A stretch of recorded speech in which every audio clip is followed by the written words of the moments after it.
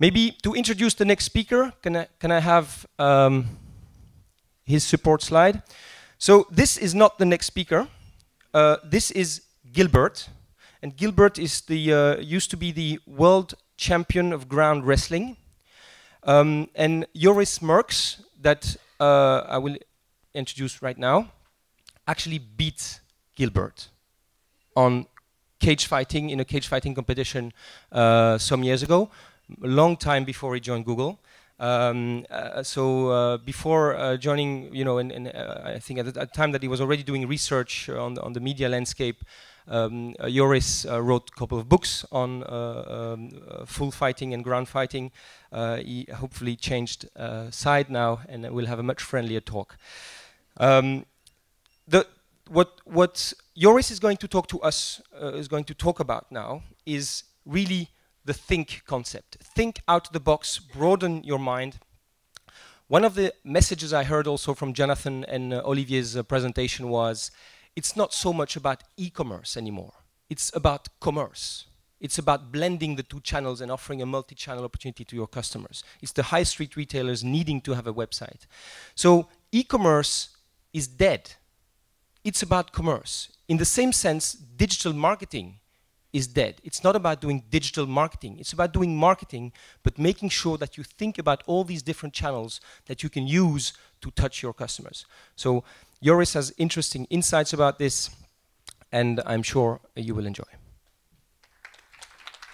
Hi, my name is Joris. I'm a member of the Market Insights team, the European Market Insights team of Google, based in the Netherlands.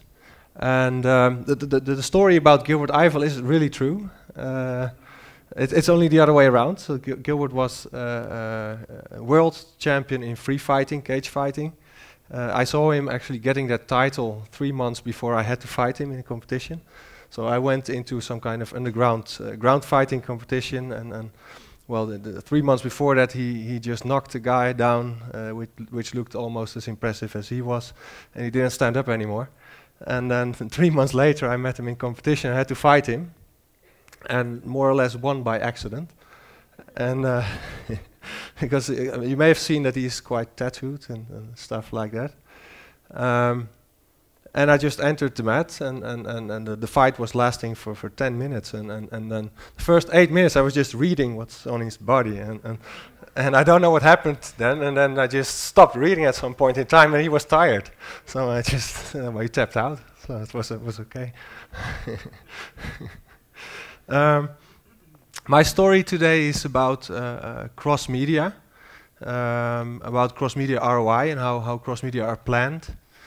Because you've seen the potential of Belgium moving forward in e-commerce, and there are some forces in cross-media, how cross-media are planned, that basically block online from growing towards its potential as fast as it could.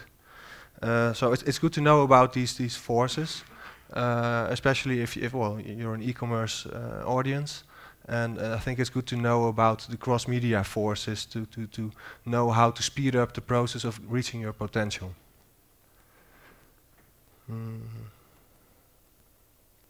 So my career went actually from a media agency towards an advertising agency, and then I moved into research agencies steering campaigns based on brand effects. Advising advertisers about it, particularly the large mass advertisers. And while I was moving towards these jobs, I moved into all kinds of questions, which I thought, if you look at cross-media as a product to be used by advertisers, then it's actually not really user-friendly. And so I have some questions here that just popped in my mind, and they also are in the media a lot, and they are not being solved. And it's good to know that, because there are also the potential for growth is there for eMerks to solve these issues. So I will take you to those questions, and then finally I will move towards a phase where actually problems are going to solve itself, but in between we have to speed it up ourselves.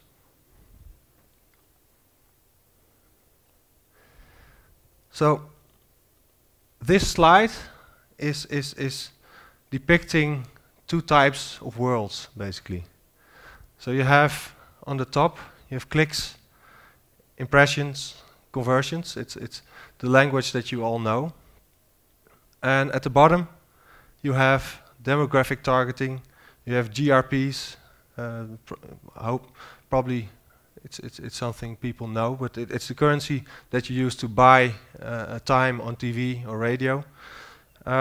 Frequency, reach, things like that. And those are two totally different languages, which I find strange, because an advertiser doesn't want to buy a part of his campaign there in one language, and then another part of his campaign somewhere else in another language, and then again another part of his campaign somewhere else, again in another language. It's not user-friendly. And I think it blocks optimal cross-media planning. And the gap in between is pretty large. It's the gap that's called ROI. The metrics on the top, you have clicks and conversions. They are a form of ROI, but they're a very small part of the ROI. And I have some slides later explaining why I think this is such a small part. And the metrics at the bottom, I think actually none of them is about ROI. It's only about building reach and having a contact with a person, which basically means that the commercial was there when the TV was on and the person was in the room. It says nothing about how impactful it was, or even that it was noticed. So the question that came into my mind is why don't we have a common language for all media? Because the advertisers are asking for it all the time. And well, cross-media is there a pretty long time now, and it's still not there. Would be a lot easier. And also, why is there not something like a cross-media planning tool? We have the audience research for radio in one panel, and we have it for TV in another panel with different techniques. We have it for online, again in another panel, also with different techniques. We have it for outdoor. In the Netherlands, it was done 15 years ago and never repeated since. So we have information about media being measured in all separate kinds of stuff, and it's not merged into one planning tool. Doesn't make sense. Now here, I move to the part where I think I can show that the impact that we look at when we look at eCommerce and look at online conversions is actually just a very small part of the impact. This is what online is really, really good at. So you have the ad contact on the top. Someone clicks and buys online within the next 30 days. And we can measure this amazingly well. We can even put multiple ads in one ad group and have it rotate automatically and have the best one, the best converting one, appear more often than the other ones. Well, for offline, that would be amazing to just take 5 TV commercials. You don't know which one is the best one, and you say, well, let's just air them all, and the best one will automatically appear. Will never happen within the next 5 years on TV. So this is really, really cool, and it's really good. But this is already a lot more difficult to measure. So you have an ad contact, and the person does not click. He does all kinds of stuff, so there's clearly something happened in his mind, so there's a brand effect basically, or a recall effect. And because of that, he decides to search in another time when he chooses it himself, or visits the website straight away, and then buys it online, the product. So the effect is still invoked by the ad contact, but it's not appearing in the systems that we use to measure impact or conversions. And this is even harder. So you have the ad contact, and well, again, there's a brand effect, something happening in the mind, and then orientation, maybe, and the person decides to buy something offline. Also not appearing in your systems of conversion tracking. And I think that, well, about 3% of all retail worldwide is online. And the estimates are that about 33 to 45, depends a bit on how you look at it, of all the purchases in retail is influenced by online. So it means that the impact that's on the right of the graph, the things we don't see in our systems, is actually a lot larger than the things we see in our systems. Approximately, we are looking now at 10% of the total effect. And it will be different across categories. Some will be low, some will be a lot higher. And Henry is going to elaborate a little bit more on this ROPO effect, which we call research online, purchase offline. But it's very clear we are looking at a very small part of the total effect. And I think this is one of the main reasons why online taps mainly out of e-commerce budgets. And well, not very much or not as much as it could from branding budgets, which are really large. So here is really potential for growth, improving the full impact of online advertising.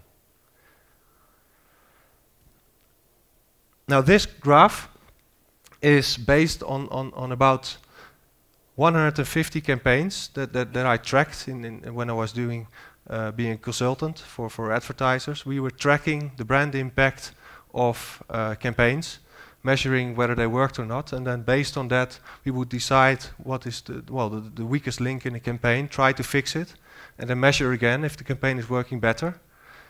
And what I summarized here are the most common reasons for campaign failure.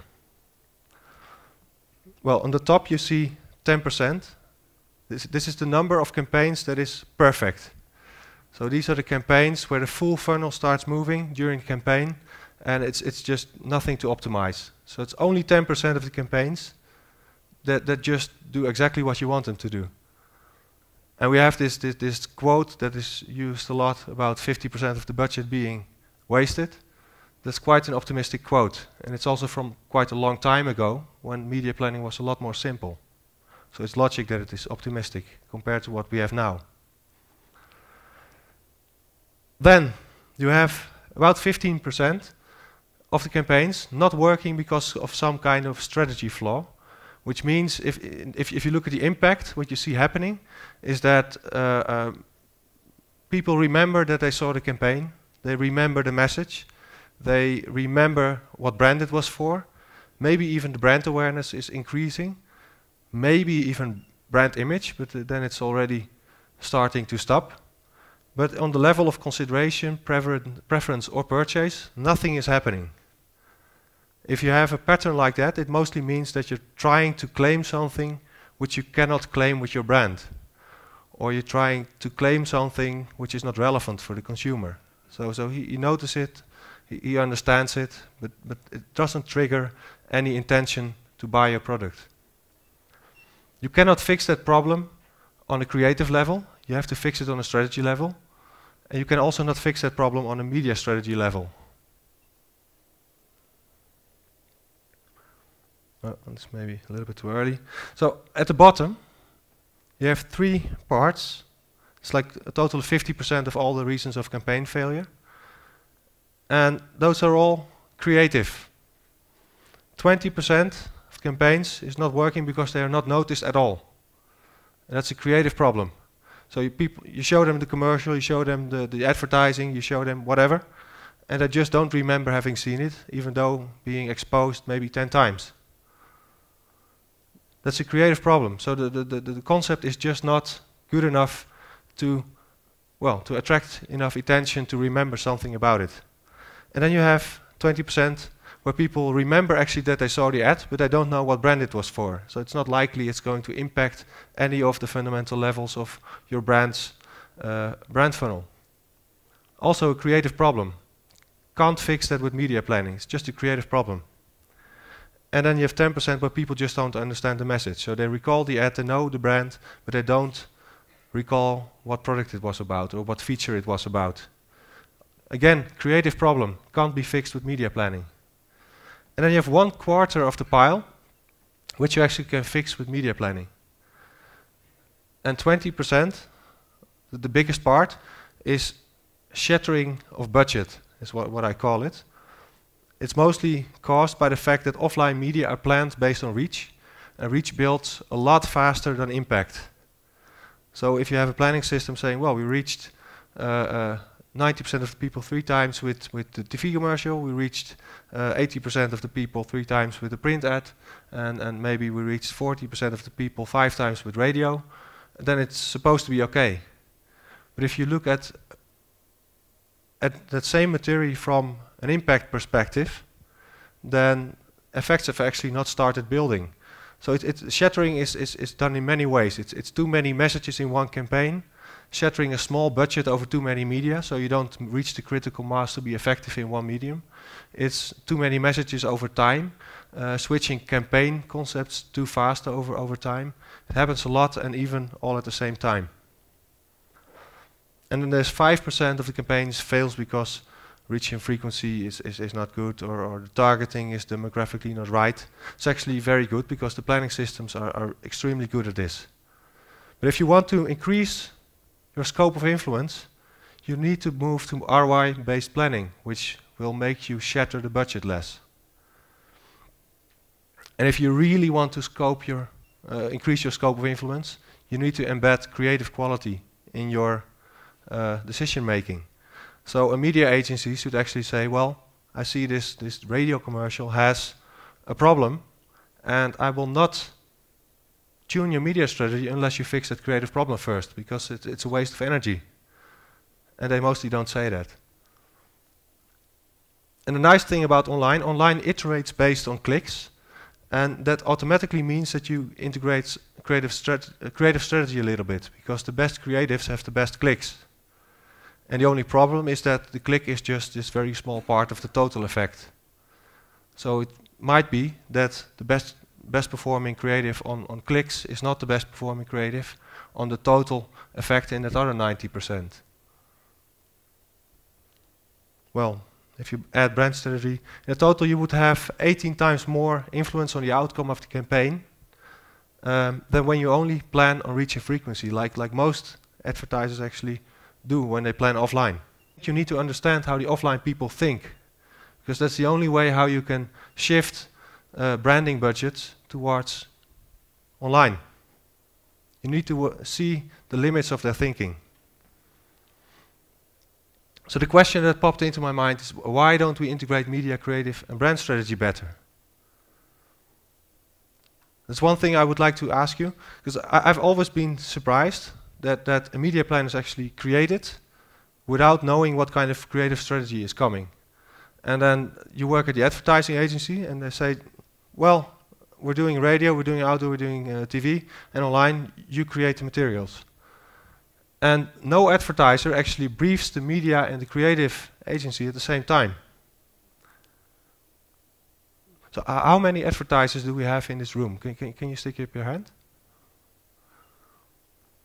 So not very much. No advertisers at all?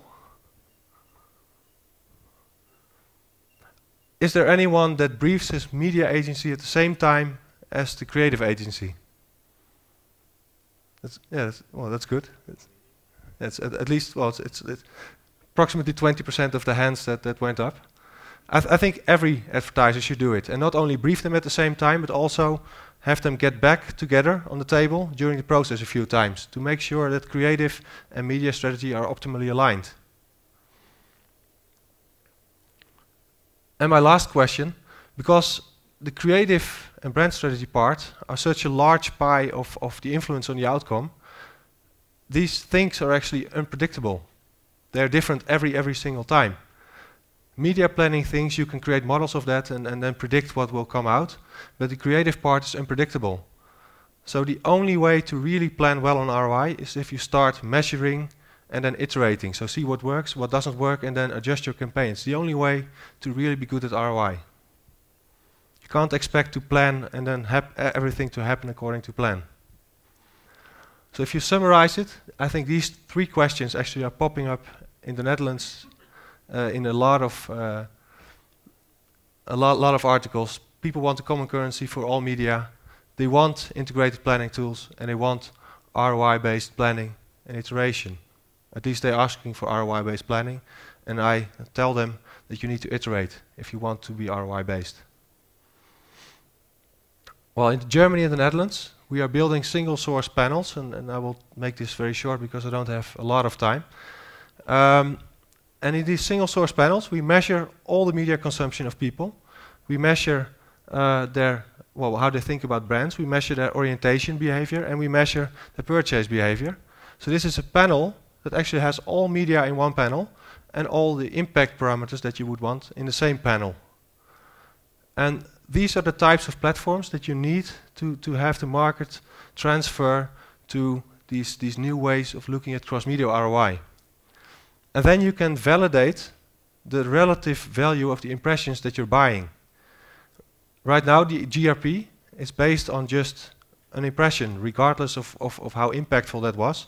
So a pre-roll impression is the same as a TV impression, is the same as a basic banner or a text ad. That's strange. So you need to correct that impression for how well it's targeted. You need to correct that impression for how much impact it had on brand, on orientation, or on purchase. And if you do that, then you move towards what I call cost per ERP, which is effect rating point, cost per meaningful contact. That could be the common currency that we all use in cross-media planning, and would be a lot more simple for advertisers to use. Well, I will move forward a little bit. So we can fix with this single source panel the first two problems. So we can fix the common currency, we can create integrated planning tools with these panels, but we cannot iterate on ROI because cross-media is too complex for that. You would need a tracking system of 5,000 people per week and then analyze cross-media all the time and then adjust. No one can pay that.